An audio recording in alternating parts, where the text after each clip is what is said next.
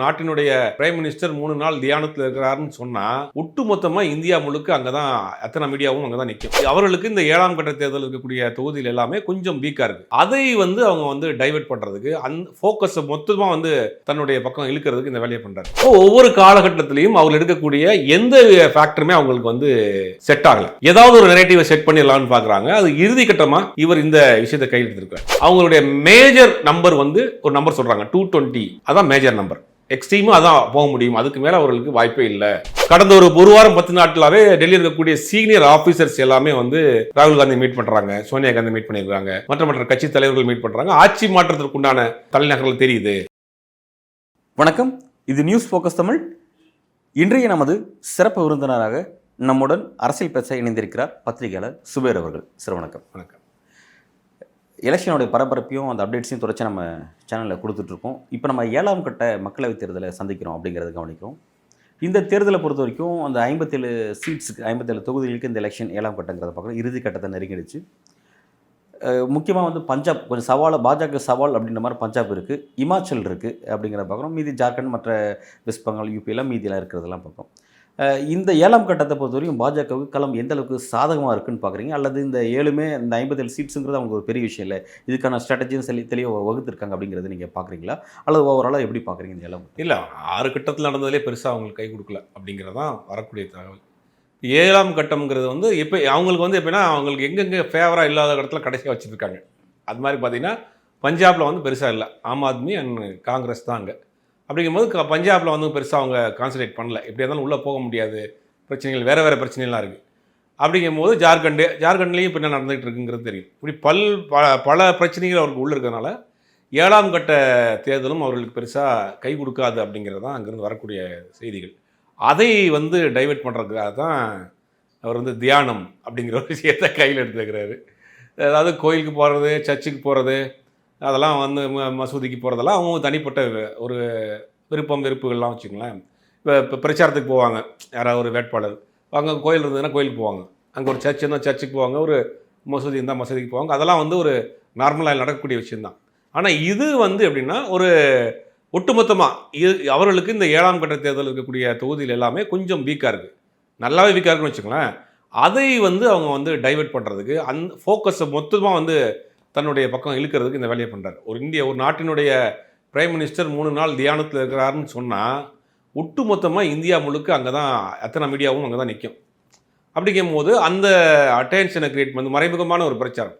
இதுதான் காங்கிரஸ் கட்சி இன்றைக்கி சொல்லுது, அனுமதி கொடுக்கக்கூடாது, இது தேர்தல் விதிமீறல்கள், அப்போ நாங்களும் ஒன்று இருப்போமா அப்படின்ற மாதிரி நிறையா குற்றச்சாட்டுகளை தமிழ்நாட்டினுடைய காங்கிரஸ் கட்சி தலைவர் செல்வ பெருந்தகை கூட சொல்லியிருக்காரு. இது முழுக்க தேர்தல் யுக்திக்காக 7ஆம் கட்ட தேர்தல் அவங்க பெருசாக கை கொடுக்க போகிறதில்ல இல்லைங்கிறத தெரிஞ்சுக்கிட்டு தான் இந்த வேலையை கை எடுத்திருக்காங்க. இப்போ கடந்த 6 கட்டமே அவங்களுக்கு பெரிய கை கொடுக்கலன்றதை நீங்கள் குறிப்பிட்டீங்க. அப்போ அதன் அடிப்படையில் தான் இந்த 7மே அப்படி தான் அமையுது அப்படிங்கிறதுங்க. ஆனால் 7ஆவது கட்டத்துக்கு மட்டும் அவர் இந்த ஸ்ட்ராட்டஜி பின்பற்றுறாருன்னா, இப்போ இது ஒர்க் அவுட் ஆகக்கூடிய ஸ்ட்ராட்டஜி அப்படின்னா கடந்த 6 கட்டத்துமே இந்த மாதிரி பின்பற்றி இருக்கலாம். ஏன்னா அவருக்கு எல்லாமே மாடல் கொண்ட கான்ட்ராக்ட் எல்லாத்தையும் மீறாரு அப்படிங்கிறத குறிப்பிடுறாங்க. அது வெளிப்படையாக வைக்க விமர்சனமாக இருக்குது. அப்படி இருக்கும்போது கடந்த காலத்தில் இதை செஞ்சுருக்கலாம்ல, ஏன் செய்யாமல் 7ஆம் கட்டம் மட்டும் தேர்தல் தேதி அறிவிச்சதுலேருந்து இன்னைக்கு வரைக்கும், இப்போ நான் 1ஆம் தேதி வரைக்கும் அவர்கள் எடுத்துக்கூடிய அந்த ஸ்ட்ராட்டஜியை பார்த்தீங்கன்னா மாறிக்கிட்டே இருக்கும். 400 அப்படின்னாங்க தேர்தல் தேதி அறிவிக்கிறதுக்கு முன்னாடி. 400 எதிர்கட்சியில் வரிசையிலே காங்கிரஸ் இல்லை, 70 வருஷம் ஆண்ட கட்சி, ஐயோ பாவம்னு பார்லிமெண்ட்லேயே சொல்கிறார். அதற்கு பிறகு களத்துக்கு வந்த பிறகு 400ங்கிறத விட்டாங்க. நாங்கள் தான் ஜெயிக்க போகிறோம், ஜெயிக்கிறதுக்கு மெஜாரிட்டியான இடங்கள் வந்துருந்தாங்க. அதற்கு பிறகு அதை விட்டார். நீங்கள் எங்களுக்கு ஓட்டு போடுங்க, இல்லைன்னா ராமர் கோயில் இடிச்சிருவாங்க, கடவுளை காப்பாற்றுறதுக்கு எனக்கு ஓட்டு போடுங்கன்னாரு ஒரு கட்டத்து வரைக்கும். அது எடுப்படல. அப்போ இன்னொரு கட்டத்தினாரு, நானே கடவுள், எனக்கு ஓட்டு போடுங்கன்றார். அப்போ ஒவ்வொரு காலகட்டத்திலையும் அவங்க எடுக்கக்கூடிய எந்த ஃபேக்டருமே அவங்களுக்கு செட் ஆகலை. ஏதாவது ஒரு நெரேட்டிவை செட் பண்ணிடலாம்னு பார்க்குறாங்க. அது இறுதி கட்டமாக இவர் இந்த விஷயத்தை கையில் எடுத்திருக்கார். நீங்கள் பார்த்தீங்கன்னா முதல்ல ராமர் கோயில் விஷயமும் அவர்களுக்கு பெருசாக கை கொடுக்கல. ரெண்டாவது இந்த வெறுப்பு பேச்சுகளும் அவர்களுக்கு பெருசாக கை கொடுக்கல. அதுக்கு நேரடியாக மாறி இருக்கு களம் அப்படிங்கிறாங்க. நான் இடைமறிக்கிறேன். இப்போ 400 அவங்க விட்டுட்டாங்கன்னு சொல்கிறீங்க. ஆனால் அமித்ஷா அதில் உறுதியாக இருக்கிறாரு. மற்ற தலைவர்கள் பேசாட்டி கூட அமித்ஷா ஒவ்வொரு கட்டத்திலையும் அந்த 400ங்கிறது அதை நோக்கி நகர்ந்து வந்துகிட்டே இருக்கும் அப்படிங்கிறத பதிவு பண்ணுறாரு. ஒன்று. ராமர் கோயில் பெருசாக கை கொடுக்கலன்னு சொல்கிறீங்க. ராமர் கோயில் அந்த பாலிடிக்ஸ் கை கொடுக்காம போனாலும் ராமர் கோயிலை வச்சு யூபியில் பாஜக கொடுத்த அந்த உள்கட்டமைப்போட மேம்பாடு இருக்குது பார்த்தீங்களா, அது வந்து பாஜகவுக்கு ஒரு பெரிய ஒரு இதை கொண்டு வந்து சேர்த்துருக்கு. குறிப்பாக சாலை வசதிகள், உத்தரப்பிரதேசில் இதுவரையும் பார்க்காத சாலை வசதிகள், அதாவது சுதந்திரம் அடைஞ்சு காங்கிரஸ் ஆட்சி பேரில் எதுவுமே பார்க்காத சில விஷயங்கள்லாம் இப்போ அந்த கோயிலை வச்சு நடந்திருக்கு. அதன் காரணமாக அங்கே இருக்க மக்களுக்கு சில பலன் அடைஞ்சிருக்காங்க அப்படிங்கிறதும் சொல்லப்படுது. கூடுதலாக வந்து என்னென்னா யூபியில் அட்ராசிட்டியை யோகி வந்து குறைச்சிருக்காரு. அங்கே 2 அலை இருக்குது, மோடி அலை ப்ளஸ் யோகி அலை, அந்த மாதிரி ஃபேக்டர்லாம் இருக்குது. அதெல்லாம் வந்து அவங்களுக்கு ராமர் கோயில் கை கொடுக்காட்டி இந்த ஃபேக்டர்லாம் கை கொடுக்குன்னு சொல்கிறாங்க. இதை எப்படி பார்க்குறீங்க? இல்லை, 400 அவை திரும்ப சொல்கிறார் அப்படின்னா அந்த காட்டு வழியில் போகிற பாடிக்கிட்டே போவாங்களே பயம் தெரியாமல், அது மாதிரி அந்த தொண்டர்களை வந்து உற்சாக மூடிலே வச்சுக்கிறது. அது கூட பிஜேபியினுடைய ஒரு மூத்த தலைவர் வந்து ஒரு பேட்டியிலே கூட சொன்னார், 400ங்கிறது தொண்டர்களை உற்சாகப்படுத்துறதுக்காக நான் சொல்லியிருக்காங்க, அது நடக்குமாங்கிற மாதிரி ஒரு ஃப்ளோவில் சொல்லிட்டான்னு வச்சுங்களேன். ஒரு இன்டர்வியூவில் சொன்னார். அது வந்து அந்த தொண்டர்களை சோர்ந்து போகாமல் இருக்கிறதுக்கா. யூபியை எடுத்துக்கிட்டிங்கன்னா, யூபியை பொறுத்த வரைக்கும் இந்த ராமர்கோயிலை சுற்றி இன்ஃப்ராஸ்ட்ரக்சர் டெவலப் ஆகிருக்கு அப்படின்னா அந்த ஒரு ஏரியாவில் மட்டும்தான். யூபி வந்து பெரிய மாநிலம். மற்ற மாநிலங்களில் ஒவ்வொரு பகுதிகளுக்கும் ஒரு பிரச்சனை இருக்குது. முக்கிய பிரச்சனை வேலைவாய்ப்பு பிரச்சனை. இன்றைக்கி வந்து இந்தியா முழுவதும் அந்த மக்கள் வந்து புலம்பெயர்ந்து வேலைகளுக்காக போயிட்டுருக்காங்க. அடிப்படை கட்டமைப்பு அந்த வேலை வாய்ப்புகளே அவங்களுக்கு இல்லை, அடிப்படை வேலை வாய்ப்புகளே அங்கே இல்லை. 2வது சாதி ரீதியான ஒடுக்குமுறை அங்கே ரொம்ப பாதிக்கப்பட்டிருக்காங்க. அதாவது இஸ்லாமியராக இருக்கட்டும், பட்டியலின சமூகத்தாலும் பெரிய அளவில் அங்கே வந்து ஒடுக்குமுறைகளுக்கு ஆளாயிருக்காங்க. அதெல்லாம் அங்கே அந்த ஃபேக்டர் தெரியுது. அவங்க பேசுறதுக்கு கூட தயங்கக்கூடிய சூழ்நிலை இன்றைக்கி அங்கே இருக்குது. இந்த மாதிரி நீங்கள் சொல்கிறோம் ராமர் கோயிலை சுற்றி இருக்கக்கூடிய அந்த ஒரு 2 தொகுதிகளில் வேணால் அந்த இது வந்து ஒர்க் அவுட் ஆகுமே ஒழிய ஒட்டுமொத்த யூபி முழுவதுமே வந்து பல்வேறு பிரச்சனைகள் இருக்குது. 2வது உட்கட்சி பிரச்சனைகள் இருக்குது. பல வேட்பாளர்கள் வேறு கட்சிக்கு வந்த வேட்பாளர்களை சீட் கொடுத்துருக்குறாங்க. வேலைவாய்ப்பு பிரச்சனை, விலைவாசி உயர்வு முக்கியம். விலைவாசி உயர்வுங்கிறது வந்து இன்றைக்கி வந்து நம்ம கண்ணுக்கு யோசிக்க முடியாத அளவுக்கு இருக்குது. அந்த மாதிரி பல பிரச்சனைகள் யூபியில் இருக்குது. இதெல்லாம் தாண்டி அங்கே வந்து அவங்க வந்து வெற்றி பெற்றுவாங்கிறதுலாம் வாய்ப்பே இல்லை. இந்த வாய்ப்புகள் இந்த மாதிரி சில ஃபேக்டரை நீங்கள் குறிப்பிட்டிருக்கீங்க.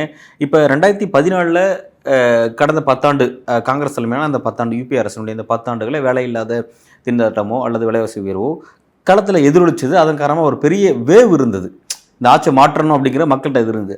ஆனால் இப்போ வந்து இந்த 10 ஆண்டு மோடி ஆட்சிக்கு பிறகு அந்த மாதிரியான வேவ்ஸ் எதிர்கட்சியில் உருவாக்க தவறிட்டாங்க. கிரவுண்டில் இருக்குது, ஆனால் அங்கங்கே அப்படின்ற மாதிரி தான் இருக்குது தவிர ஆல் ஓவர் நேஷனல் அளவில் இந்தியா அளவில் அந்த மாதிரியான விஷயங்கள் இல்லை. அதனால் அந்த இடத்துல பாஜக ஸ்கோர் பண்ண தான் வாய்ப்பு இருக்குன்னு சொல்கிறாங்க. அது இல்லை, 2014 பார்த்தீங்கன்னா அவங்க மெயினான கையில் எடுத்த விஷயமே விலைவாசி உயர்வு, ஊழல், லஞ்சம். இதை நாங்கள் மாற்ற போகிறோம், எனக்கு ஓட்டு போடுங்க, பெட்ரோல் விலை டீசல் விலையை குறைச்சிருவோம், கருப்பு பணத்தை மீட்டு வந்துடும், நிறையா சொல்லி ஓட்டு கேட்டாங்க. அதுக்கு காங்கிரஸ் கட்சி மீது இருந்த ஒரு அதிருப்தினால அவங்க ஜெயிச்சாங்க. அப்போ அப்படி 2019 எடுத்துன்னா உள்நாட்டு நாட்டு பாதுகாப்பு, புல்வாமா தாக்குதல், ராஜ்கோட் தாக்குதல், இதெல்லாம் வந்து நாங்கள் தான் காப்பாற்ற முடியும்.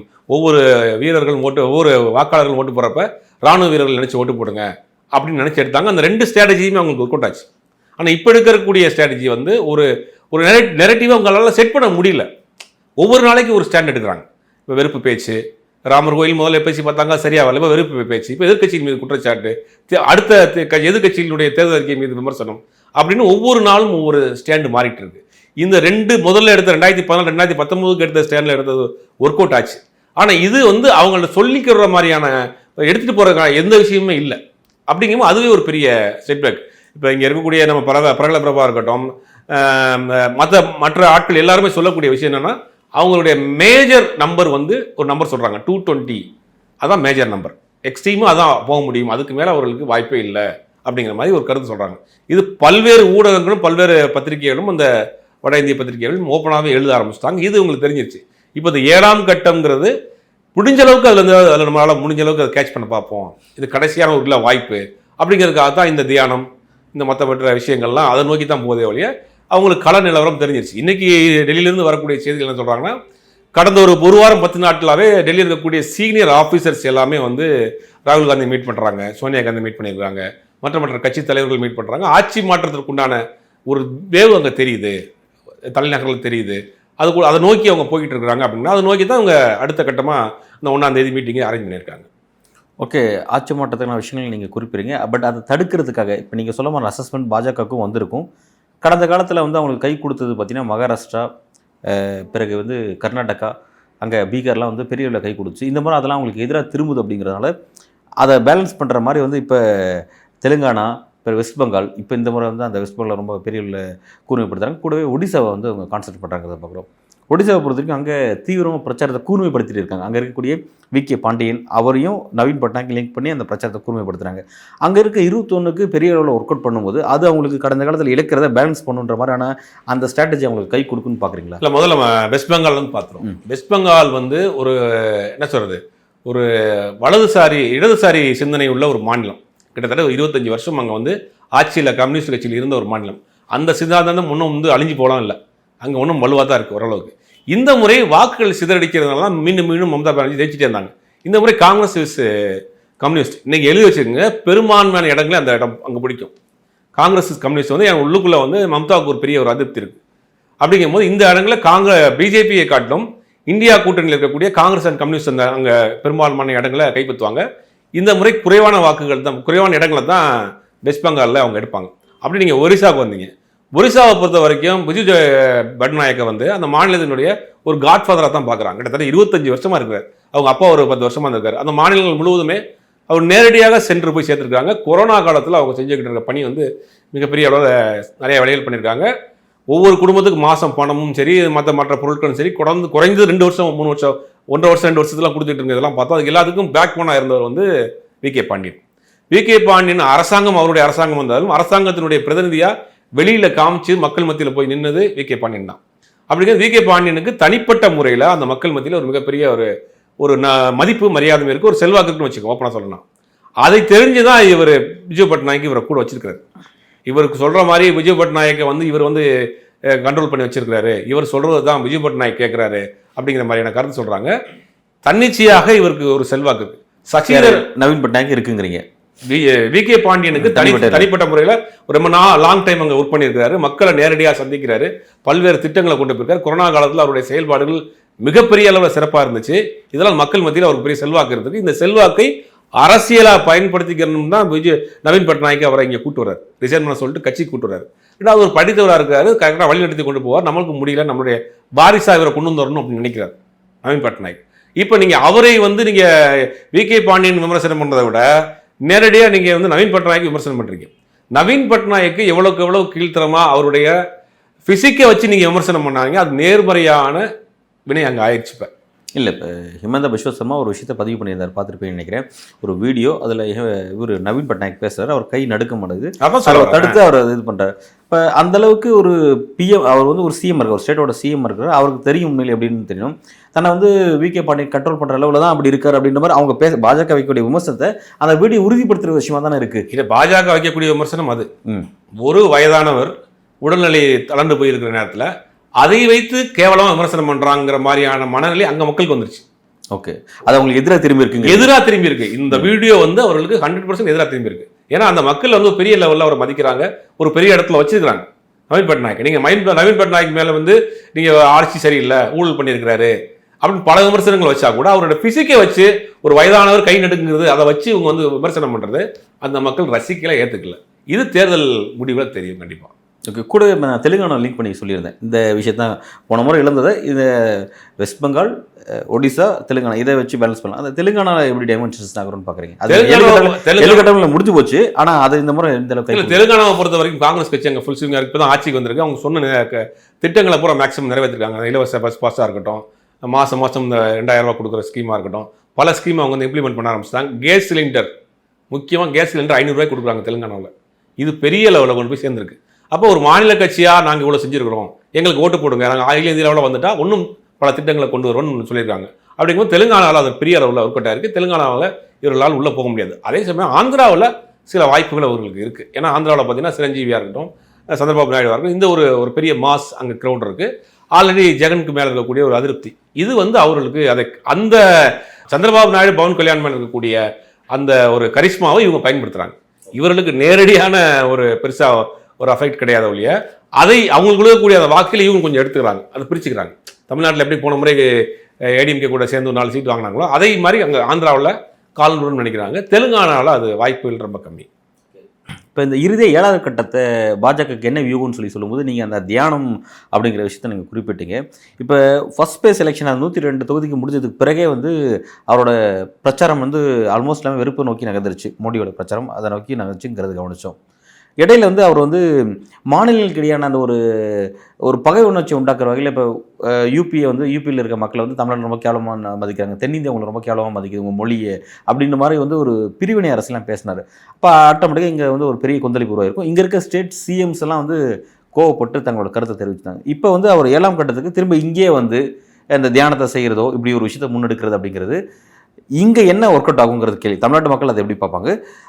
7ஆம் கட்ட எலெக்ஷன் நடக்கிற மதர் ஸ்டேட்ஸில் அந்த மக்கள் வந்து இந்த மோடியுடைய தமிழ்நாட்டில் அவர் செய்யக்கூடிய இந்த தியானத்தை அவங்க அதை எப்படி எடுத்துப்பாங்க? இல்லை, நீங்கள் முதல்ல வந்து தமிழ்நாட்டில் இந்த மக்கள் எப்படி பார்ப்பாங்கன்னா, ஆல்ரெடி உங்களை பற்றி எல்லாமே தெரியும் தமிழ்நாட்டு மக்களுக்கு.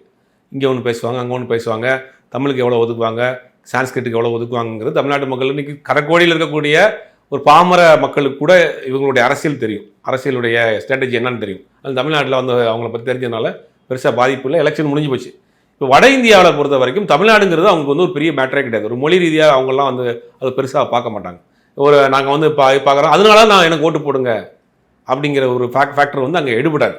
அவங்க வந்து ஒரு நாளைக்கு 1000 ரூபா கூட சிலிண்டர் வாங்கிட்டு இருக்கான் மாதம். வேலை வாய்ப்பு இல்லாமல் புள்ள ஊட்டியை விட்டுட்டு வெளி மாநிலத்துக்கு வேலைக்கு போய்கிட்டு இருக்கான். அடிப்படை வசதி இல்லை, சாதி ரீதியாக ஒடுக்கப்பட்டிருக்கிறான். வாழ்வாதாரமே ஒவ்வொரு நாளும் அங்கே பிரச்சனையாக போயிட்டு இருக்கு. இந்த நேரத்தில் வந்துட்டு அந்த மாநிலத்துக்காரன் அவனை நசுக்கிறான்னு சொன்னால் இவன் இங்கேருந்து வேலைக்கு போயிட்டு இருக்காங்க இங்கே. அப்படிங்கும் போது அவனுக்கு இங்கே நடக்கக்கூடிய விஷயங்கள் அங்கே தெரியும். அது பெருசாக அங்கே எடுபடாது. இவர்கள் இந்த தேர்தலில் இவங்க எடுத்த எல்லா முயற்சியுமே தோல்வி. அது கடைசியாக எடுத்திருக்க முயற்சி தான் தியானம். ஓகே, முதல்ல வந்து 400 சீட்டுன்றாங்க, அப்புறம் வெறுப்பு பேச்சுருந்தாங்க, உங்கள் மாடை வச்சுருந்தா பிடிங்கிடுவாங்கன்றாங்க, உங்கள் கிட்ட ஒதுக்கிட பிடிங்க அவருக்கு கொடுத்துருவான்றாங்க. அந்த அடுத்த எதிர்கட்சியுடைய தேர்தல் அறிக்கையை வந்து நக்சல் தேர்தல் இருக்கின்றாங்க, ஒரு பக்கம் மேலே போய் பாகிஸ்தானுடைய தேர்தல் இருக்கின்றாங்க, முஸ்லீம் எதுவுமே எடுபடாமல் கடைசியாக வந்து அமைதியாக போய் தியானம் பண்ணுவோம், தியானத்தினால் வாக்குகளை கவர்ந்து எழுப்போன்றாங்க. அதுவும் தேர்தல் விதி மீறல் தான். தேர்தல் ஆணையம் இதெல்லாம் கண்டிக்கணும், இல்லாட்டி தடுக்கணும், எதுவும் செய்ய மாட்டாங்க. தேர்தல் ஆணையம் அவருடைய இன்னொரு விங்காக இருக்குது அப்படிங்கிறத நம்ம பார்க்குறோம். சரி, இந்த தியானம் கை கொடுக்கும் அப்படிங்கிறத அவர் கருதுறாரு அப்படின்னா அது ஏன் இங்கே செய்யணும்? 7 கட்ட எலெக்ஷன் நடக்கக்கூடிய ஏதாவது ஒரு ஸ்டேட்டில் அவரை வந்து வெஸ்ட் பெங்கால்லையோ யூபிலையோ கூட இந்த மாதிரி விஷயத்தை மேற்கொள்ளலாம். குறிப்பாக ஆன்மீக மண் விரைதலை கூட அவர் செய்யலாம். தமிழ்நாடு பெரிய அளவில் ஆன்மீக வேறு அரசியல்னு பிரித்து பார்க்கக்கூடிய ஸ்டேட். இங்கே அந்த விஷயத்தை செய்கிறது மூலமாக எப்படி வந்து அவர் நேஷனல் லெவலில் ஒரு கெயின் பெற முடியும் நம்புறாரு? இல்லை, தமிழ்நாட்டில் அவங்க எப்படியாவது காது ஊன்றியே ஆகணும் அப்படின்னு நினைக்கிறாங்க. அதுக்கு ஒரு பாயிண்ட். ரெண்டாவது, காஷ்மீர் டு கன்னியாகுமரி, காஷ்மீரில் போய் உட்கார முடியாது. அப்போ இந்த எண்டில் உட்காருவோம். 2014 சிவாஜியுடைய அந்த போர்ட்டில் உட்கார்ந்தார். 2014 உட்கார்ந்தார். இப்போ வந்து காஷ்மீர் டு கன்னியாகுமரி. காஷ்மீரில் வேணாம், கன்னியாகுமரியில் உட்காருவோம், இந்த எண்டில் உட்காருவோம். இங்கேருந்து அங்கே வந்து ஃபோக்கஸ் பண்ணுவோம். அதே நேரத்தில் தமிழ்நாட்டிலையும் நம்ம ஒரு கால் வச்ச மாதிரி ஆயிரும். தொடர்ந்து தமிழ்நாட்டுக்கு எத்தனை முறை வந்துட்டு போனான்னு பார்த்தோம். அடுத்தடுத்த தேர்தலில் நம்ம யூஸ் பண்ணிக்கலாம். ஒருவேளை தமிழ்நாட்டில் ஒரு சீட் 2 சீட் தான் முன்னப்ப நம்ம வர மாதிரி இருந்தால் கூட இவருடைய தியானத்தினால தான் வந்ததுங்கிற மாதிரி நம்ம டைவெர்ட் பண்ணலாம் அப்படிங்கிற மாதிரி பல ஐடியா வச்சுருக்காங்க. ஆனால் இது எதிர்க்கட்சிகள் வந்து இதை வந்து ரொம்ப ஸ்ட்ராங்காக வந்து கண்டனம் பண்ணால் தான் இதை வந்து இது பண்ண முடியுமே ஒழிய, ஆனால் தேர்தல் ஆணையம் அதை செய்யாது. ஆனால் இவர் ஒரு பிரைம் மினிஸ்டர் ஒரு தியானத்தில் உட்காந்துருக்காரு அப்படின்னா ஒட்டுமொத்த நேஷனல் மீடியாஸ் எல்லாமே ஃபோக்கஸ் அங்கே தான் இருக்கும். அப்படிங்கும்போது தேர்தல் அங்கே எந்த அளவுக்கு அது வந்து எதிரொலிக்குமா இல்லையான விஷயம் ஃப்ளாஷ் ஆகும்ல. ஒரு பிரைம் மினிஸ்டர் இந்தியாவினுடைய 130 கோடி இருக்கக்கூடிய இந்தியாவினுடைய ஒரு பிரைம் மினிஸ்டர் வந்து தியானம் இருக்கிறாரு அப்படின்னா உலகளவில் ஓரளவுக்கு பேசப்படும். அப்படிங்கும் போது இது யாருக்காக இருக்கிறாரு? இப்போ கோயிலுக்கு போகிறதோ சர்ச்சுக்கு போகிறதோ நம்ம சொன்ன மாதிரி ஒன்றும் பிரச்சனை இல்லை. நான் நாட்டினுடைய அமைதிக்காக, நாட்டினுடைய வளர்ச்சிக்காக தியானத்தில் இருக்கிறேன் அப்படின்னு சொன்னால் அது ஒரு மறைமுகமான ஒரு பிரச்சாரம் தானே. ஒரு மறைமுகமான பிரச்சாரத்தை முன்னெடுக்கிறார் அப்படிங்கிறீங்க. அதுவும் அவருக்கு கை கொடுக்குதுன்னா வாய்ப்புகள் இல்லை 7ஆம் கட்டம் அப்படிங்கிறத நீங்கள் குறிப்பிட்டிருக்கீங்க. அது அப்படி தான் நடக்குதாங்கிறத நம்ம பொறுத்திருந்து பார்ப்போம். மிக்க நன்றி.